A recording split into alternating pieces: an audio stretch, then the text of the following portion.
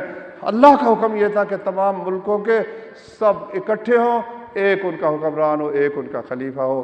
بہرحال یہ ہدف حاصل نہیں ہو سکتا۔ ہمارے حکمران جو ہیں وہ کفار کے اگر وہ نقیب بنے ہوئے ہیں، ان کے نمائندے بنے ہوئے ہیں، تو ہم مل کر جتنی بھی صورت بن سکتی ہے جماعت کی، وہ بنا کر اللہ کے دین کو قائم کرنے کی کوشش کرتے رہیں۔ آمرکم بالجماعت۔ دوسری بات والسمع، کہ جب جماعت بنا لی تو جماعت تو امیر ہوگا اس کا، اس کی بات سنو۔ والطاعت، تیسری یہ ہے کہ اس کو مانو۔ کل ہی حافظ عبد المنان صاحب سے ایک صاحب نے سوال کیا، کہتا جی ایک امیر ہے تو وہ بلاتا ہے کہ آپ تشریف لائیں بھائی، اجلاس ہے اس میں آئیں۔ تو ادھر اس نے جناب وہ گندم کی بجائی کا مسئلہ ہے اور فصل کو پانی دینا ہے، تو وہ کیا کرے؟ جب امیر بلاتا ہے تو آئے۔ کہتا اگر نہ آئے تو پھر؟ انہوں نے کہا پھر امیر ماننے کا فائدہ کیا ہے؟ کس لیے مانا امیر بھائی؟ کئی کہتے ہیں جی یہ وہ امیر نہیں ہے، وہ امیر نہیں ہے۔ اچھا بھائی وہ امیر نہیں تو اب جہاد چھوڑ دو گے؟ اتنی شرطیں، واللہ اتنی شرطیں جہاد کی انہوں نے بنائی ہوئی ہیں نا، کہ اس کا مطلب کہ جہاد ہو ہی نہیں سکتا۔ کہتا کشمیر کا جہاد کوئی جہاد نہیں، اس لیے کہ وہ جماعت والی شرط نہیں ہے، وہ جو ہے تو خلیفہ نہیں ہے جی، ہاں جی، وہ شرطیں نہیں پائی جاتی۔ اچھا بھائی، اب بات سوچنے کی یہ ہے کہ اگر خلیفے کے ساتھ آپ مشروط کریں گے تو پیارے پیغمبر صلی اللہ علیہ وسلم نے جو فرمایا، صحیح مسلم میں جابر بن سمرہ رضی اللہ عنہ کی حدیث ہے، لن یبرح ھذا الدین قائما یقاتل علیہ عصابۃ من المسلمین حتی تقوم الساعۃ۔ فرمایا یہ دین قائم رہے گا، اس پر مسلمانوں کی ایک جماعت لڑتی رہے گی، قیامت قائم ہونے تک لڑتی رہے گی۔ اچھا تو خلیفہ تو ہے نہیں، اب خلیفہ نہیں ہے تو کیا مطلب ہم ان کو اپنی عزتیں برباد کرنے کی اجازت دے دیں، اپنے شہروں کو فتح کرنے کی اجازت دے دیں؟ اپنے ملک کو ان کے قبضے میں جانے دیں، مسلمانوں کی کو اس طرح پامال کرنے کی انہیں اجازت دے دیں؟ نہیں، یہ جہالت ہے بھائیوں، جہالت ہے۔ بے شک وہ پی ایچ ڈی حدیث میں اس نے کی ہے، پکا ہی جاہل ہے جو شخص یہ کہتا ہے کہ کفار کو مسلمانوں کے علاقے پر قبضہ کرنے دو، کیونکہ ابھی تک جہاد کی شرطیں پوری نہیں ہوئی۔ حافظ سعید صاحب جیل میں تھے پنڈی میں، تو کچھ باتیں حافظ عبد المنان صاحب کے بات متعلق مشہور ہوئیں، تو میں ملاقات کے لیے ان کو لے کر ساتھ چلا گیا، وہاں ہم نے ملاقات کی۔ حافظ صاحب نے یہ سوال کیا تو حافظ صاحب نے جواب یہ دیا عبد المنان صاحب نے کہ خلافت قائم ہی اس جہاد سے ہونی ہے۔ یہ خلافت جو ہے نا، اب خلافت نہیں ہے نا، تو خلافت نہیں تو جہاد نہیں، مطلب تو یہ نکالتے ہیں۔ انہوں نے کہا جہاد کرو گے تو خلافت قائم ہوگی۔ جب خلافت تاتاریوں نے ختم کر دی تھی تو اس وقت شیخ الاسلام ابن تیمیہ رحمۃ اللہ علیہ اور ان کے ساتھیوں نے جہاد کیا، اور اس جہاد کے نتیجے میں دوبارہ پھر اللہ کے فضل سے خلافت قائم ہوئی۔ تو یہ خلافت قائم کرنے کا تو طریقہ ہے، ہمیں سمجھ نہیں آئی، ہمیں سمجھ نہیں آئی، کافر سمجھ گیا، واللہ قسم اللہ پاک کی کافر سمجھ گیا۔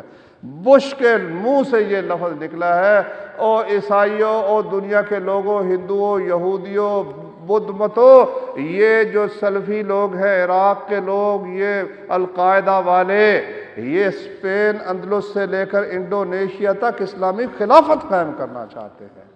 یہ کافر مان گیا، کافر مان گیا ہے۔ حال ہمارا پتا پتا، بوٹا بوٹا، جانے ہے، جانے نہ جانے، گل ہی نہ جانے۔ باغ تو سارا جانے ہے، دنیا تو ساری جانتی ہے کہ نتیجہ اس جہاد کا کیا ہے، مگر شیخ الحدیث کو خبر نہیں ہو سکی، بخاری پڑھانے والے کو خبر نہیں ہو سکی، کافر کو خبر ہو چکی ہے، جس کے گٹے سیکے گئے ہیں اس کو خبر ہو چکی ہے کہ یہ جہاد کا نتیجہ کیا ہے۔ تو رسول اللہ صلی اللہ علیہ وسلم نے فرمایا آمرکم بالجماعت والسمع والطاعت، میں تمہیں حکم دیتا ہوں جماعت کا، سننے کا اور ماننے کا۔ علی رضی اللہ تعالیٰ عنہ نے کہا کوفے والوں کو، یا اشباہ الرجال ولا رجال، او کوفیو تمہاری شکلیں مردوں جیسی ہیں مگر مردانگی نہیں ہے، قسم اللہ پاک کی میں تم سے اکتا گیا ہوں، میں اللہ سے دعا کرتا ہوں اللہ مجھے تم سے بہتر لوگ عطا کرے اور تمہیں مجھ سے برا بندہ عطا کرے۔ ایسی بد دعا دی علی رضی اللہ تعالیٰ نے ان کو۔ سردی میں کہتا ہوں نکلو، تم کہتے ہو سردی بہت ہے، گرمی میں کہتا ہوں تم کہتے ہو گرمی بہت ہے، جب تم سردی گرمی سے بھاگتے ہو تو تلوار کے سامنے کیسے ٹھہرو گے؟ تم نے مجھے اتنا میرا دل جلایا، نہج البلاغہ میں لکھا ہوا، ایسا میرا دل تم نے جلایا کہ لوگ کہنے لگ گئے کہ علی کو لا رأی، کہ میری رائے ہی کوئی نہیں، وہ کہتے میری رائے ہی کوئی نہیں، لا رأی لی فی الحرب، جنگ کے متعلق میری رائے کچھ نہیں ہے۔ کہتا مجھ سے بڑھ کر رائے کس کی ہوگی، میں تو بچپن سے جنگوں میں رہا نبی کریم صلی اللہ علیہ وسلم کے ساتھ، ولیکن لا رأی لمن لا یطاع، لیکن جس کی بات ہی نہ مانی جائے اس کی رائے کیا ہوگی۔ اچھا، کچھ لوگ یہ کار خیر کرتے ہیں، ہمارے امیر صاحب کو دیکھو، گاڑیاں دیکھو، ذیلی امیر کو دیکھو، اس کے تصرفات دیکھو، اس کی شان و شوکت دیکھو، اس کا بولنا ذرا دیکھو نا کس طرح بولتا ہے، پھر اس کے تمام اس کے پوتڑے نکالتے ہیں، پوتڑے نکالتے ہیں۔ کس نے کہا آپ کو کہ جو امیر آپ کا بالکل گناہوں سے پوتر اور مقدس ہو اس کی بات مانو، اور جو گناہ گار ہو اس کی بات نہ مانو؟ یہ آپ نے کہاں سے نکالا؟ کہتے جی وہ امیر صاحب کی بات ہے ہی غلط، میں کس طرح مانوں؟ غلط قرآن و سنت کے خلاف ہے پھر تو نہ مان، لیکن اگر تدبیری کام ہے تیرے ذہن میں نہیں آتا تو کس قسم کا معمور ہے بھائی؟ نبی کریم صلی اللہ علیہ وسلم نے جو ایک معیار مقرر کیا نا، واللہ اس وقت اس جمہوریت کی نحوست کی وجہ سے نا، جمہوریت کی نحوست کی وجہ سے مسلمانوں کے ذہن سے وہ بات نکل گئی۔ ایک آدمی کا باپ وہ باپ ہی باپ ہے، بے شک اس کی شکل اچھی ہے یا شکل اچھی نہیں ہے، یا اس کی رائے بہترین ہے یا بہترین نہیں ہے، باپ کا ادب ہر حال میں اسے کرنا لازم ہے۔ اسی طرح امیر کا ادب کرنا، اس کی تعظیم کرنا، اس کی تکریم کرنا، اس کی اطاعت کرنا۔ کس حد تک کس قسم کا امیر ہو، فرمایا وَلَوْ أُمِّرَ عَلَيْكُمْ عَبْدٌ حَبْشِيٌّ كَأَنَّ رَأْسَهُ زَبِيبَةٌ، امیر تمہارا خواہ حبشی ایک بنا دیا جائے، مجدع الاطراف ہے، کان کٹے ہوئے ہیں، ناک بھی کٹا ہوا ہے، کان کٹے ہوئے ہیں، ناک کٹا ہوا ہے، حبشی ہے، سر اس کا ایسے ہے جیسے منقع ہے۔ اچھا یہ اتنی تشریح کیوں کی ہے؟ اس لیے کہ جب کوئی شخص کسی کی بات مانتا ہے نا، اس کے کچھ اسباب ہوتے ہیں، یا تو یہ اس کی وجاہت دیکھنے میں بڑی خوبصورت شکل ہوتی ہے، وہ خود بخود جب بات کرتا ہے سننے والا مان لیتا ہے، یا اس کی خاندانی پیچھے سید بادشاہ ہوتا ہے، خاندانی شرافت ہوتی ہے، یا یہ ہے کہ وہ ذہین بہت ہوتا ہے، سمجھدار بہت ہوتا ہے۔ نبی صلی اللہ علیہ وسلم نے فرمایا حبشی ہے، سید بادشاہ نہیں، کوئی خاندانی نہیں ہے، غلام ہے، آزاد بھی نہیں ہے، غلام ہے، تمہارا امیر بنا دیا گیا ہے۔ شکل و صورت حبشی کی کیا ہوگی خود ہی سمجھو، پہلے وہ حبشی ہے، پھر اس کے کان کٹے ہوئے، ناک کٹا ہوا ہے، ایسی خوفناک، ہیبت ناک اور کری شکل کا ہے، اور دماغ اس کا اور ذہانت اس کی کا یہ حال ہے کہ سر اس کا چھوٹا ہے، دماغ کہتے ہیں نا انسان کا دماغ تولنے میں سب جانوروں سے زیادہ ہوتا ہے۔ انسان کیوں ذہین ہے؟ انہوں نے تول کے دیکھا نا، بندر کا دماغ بھی تولا ہے، اب بھینسوں کا دماغ بھی تولا، بکریوں کا بھی تولا ہے، انسان کا بھی تولا ہے۔ انسان کا دماغ اپنے جسم کے لحاظ سے بہت زیادہ وزنی، کافی زیادہ ہوتا ہے۔ اب اس کا دماغ ہے ہی منقع جتنا، تو کتنا کو ذہین ہوگا؟ ذہانت بھی نہیں، کچھ بھی نہیں۔ مگر جب اس کو امیر بنا دیا گیا، پھر آپ نے اس کی اطاعت کرنی ہے۔ ہاں سری اللہ اور اس کے رسول کی نافرمانی کرے پھر الگ بات ہے۔ کتنی باتیں ہو گئی؟ آمرکم بالجماعت والسمع والطاعت، چوتھی چیز والہجرت، ہجرت، ہجرت کے بغیر کچھ نہیں ہوتا بھائی۔ ہجرت کیا ہے؟ سب سے پہلے ہجرت تو یہ ہے کہ جو کچھ اللہ کی نافرمانی کرتا ہے نا اس کو چھوڑ دے، یہ ہجرت ہے۔ اصل بنیادی ہجرت یہ ہے کہ سب کچھ جو اللہ تبارک و تعالیٰ کے حکم کے خلاف ہے اسے چھوڑ دوں گا، حتیٰ کہ وطن چھوڑنا پڑا تو اس کو بھی میں چھوڑ دوں گا۔ تو یہ آپ بھی جب آئے ہیں نا یہاں، ہجرت کے بغیر نہیں آ سکے، ہجرت کے بغیر، یہ بھی ایک ہجرت ہے نا، گھر سے اٹھ کے آئے ہیں، گھر سے اٹھ کے آئے، یہ بھی ایک ہجرت ہے۔ یہ چھوٹی چھوٹی ہجرتیں بھی ہیں، اور بڑی ہجرت کے لیے بھی انشاءاللہ العزیز ہمیں تیار رہنا چاہیے، کیونکہ جہاد میں جب تک سمجھاتے رہ جاتے ہیں بھائی، سمجھاتے رہ جاتے ہیں، والد سمجھاتا ہے، استاد سمجھاتے رہ جاتے ہیں، یار تو پڑھ لے، تو مطالعہ فلاں کر لے، تو وہ کہتا ہے نا بھائی، وہ گھر کی گلیاں بھی چھوڑتا ہے، شہر بھی چھوڑتا ہے، پنجاب بھی چھوڑتا ہے، ملک بھی چھوڑتا ہے، اور برف پوش پہاڑوں کو عبور کرتا ہوا۔ اللہ اکبر۔ تو یہ ہجرت کے بغیر کام نہیں ہوتا۔ چوتھی چیز ہجرت، نبی صلی اللہ علیہ وسلم نے فرمایا لا تنقطع الہجرت حتیٰ کہ ہجرت ختم نہیں ہوگی جب تک جہاد ختم نہیں ہوگا، اور جہاد ختم نہیں ہوگا جب تک قیامت نہیں آئے گی۔ قیامت تک جہاد فی سبیل اللہ کا سلسلہ جاری رہنا ہے، اور ہجرت فی سبیل اللہ کا رستہ بھی سلسلہ جاری رہنا ہے۔ اب بتاؤ ملا عمر کا کیا حال ہوگا؟ اللہ تعالیٰ اس کی حفاظت فرمائے۔ اسامہ کا کیا حال ہوگا؟ کیا حال ہوگا؟ وطن سے بے وطن ہیں، کچھ خبر نہیں کہاں پھر رہے ہیں، مگر ان کی اس ہجرت کی برکت، اس ہجرت کی برکت کیا ہے؟ رمز فیلڈ نے اقرار کیا ہے، ادھر استعفیٰ دیا، اس نے کہا ہمارا مقابلہ ایسے انتہا پسندوں کے ساتھ ہے جن کے پاس نہ بری فوج ہے، نہ باہری فوج ہے، نہ فضائی فوج ہے، وہ چھپ کر حملہ کرتے ہیں، اور امریکی فوج کو ان کا مقابلہ کرنے کا کوئی تجربہ نہیں ہے۔ الحمدللہ الحمدللہ الحمدللہ۔ اگر وہ نوکری 5,000 کی نہ چھوڑے کہ اگر میں نے کوئی بات کر دی جہاد کے حق میں تو مسجد سے جواب ہو جائے گا، تو کیا خیال ہے کہ ایسے شخص سے دشمن خوفزدہ ہو سکتا ہے؟ وہ تو کہے گا تو میرا بڑا ہی پیارا ہے، ماشاءاللہ یہ نوکری جو تو کر رہا ہے نا بالکل حدیث کی خدمت کر رہا ہے، تو قرآن شریف پڑھا رہا ہے، بے شک اسلام برباد ہوتا رہے، بے شک مسلمان ذلیل و خوار ہوتے رہے، تیری نوکری پکی رہنی چاہیے، کیونکہ مسجد کا صدر وہ جہاد فی سبیل اللہ کے متعلق بات سننے کے لیے تیار نہیں، نوکری تو نے ضرور پکی رکھنی ہے۔ نہ میرے بھائی کوئی فائدہ نہیں۔